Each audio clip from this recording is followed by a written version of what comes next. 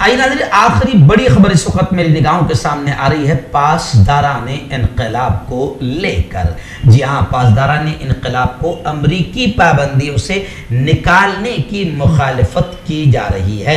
Faiza Rafsanjani نے کہا کہ پاسداران انقلاب کو امریکی پابندیوں سے نکالنا ایران کے حق میں نہیں ہے، ایران کے مفاد میں نہیں ہے. میں آپ کو بتا دوں کہ ایک طرف امریکہ اور عالمی طاقتوں کے ایران کے ساتھ تہران کے متنازع جوہری پروگرام پر بات چیت میں ایران کی طاقت اور فورس سپاہ پاسداران انقلاب کو امریکی پابندیوں سے آزاد کرنے پر بات چیت جاری ہے. دوسری طرف ایران کے اندر سے بھی پاسداران انقلاب کے خلاف آوازیں اٹھنے لگی ہے. ایران کے ایکس پریزیڈنٹ علی اکبر ہاشمی رفسنجانی کی بیٹی صاحبزادی فائزہ رفسنجانی نے کہا کہ یہ ایران کے مفاد میں نہیں ہے. کیوں ہوتا ہے جوڑوں میں درد، کیوں رہتی ہے جوڑوں میں جکڑن، کیوں ہو جاتی ہے جوڑوں میں سوجن، کیوں بن جاتی ہے جوڑوں میں گاٹھ، کیوں تھم سی جاتی ہے زندگی. جوڑوں کی پرانی سے پرانی لاعلاج تکلیف جیسے گھٹنوں کا درد، پیٹھ اور کمر کا درد، کندھے گردن اور پیروں میں درد کے لیے سنتی پلس پلس ایک سنجیونی بوٹی کی طرح ہے، یا یوں کہے کہ ایک ستھائی علاج ثابت ہو چکا ہے. لاکھوں لوگ اسے اپنا چکے ہیں اور درد پر وجے پراپت کر چکے ہیں. جب ہم نیمت روپ سے سندھی پلس پلس سے مالش کرتے ہیں تو توچا اسے ترنت آبزرو کر کے جوڑوں کے سوکشمتم اوستھا میں پہنچا دیتی ہے، جس سے جوڑوں میں بلڈ کا سرکولیشن بڑھ جاتا ہے اور جوڑوں کے ماس پیشیوں میں مضبوطی آتی ہے. آنترک سوجن سماپت ہو جاتی ہے، جس سے درد میں آرام تو ملتا ہی ہے، ساتھ ہی ساتھ جوڑوں میں نئی شکتی بھی آتی ہے. ہمارے یہ پروڈکٹ نہ کہ کسی بازار میں ملتا ہے اور نہ ہی میڈیکل شاپ پہ، اس لیے اسے پانے کے لیے ابھی اسکرین کے نمبروں پہ کال کریں اور آرڈر کریں.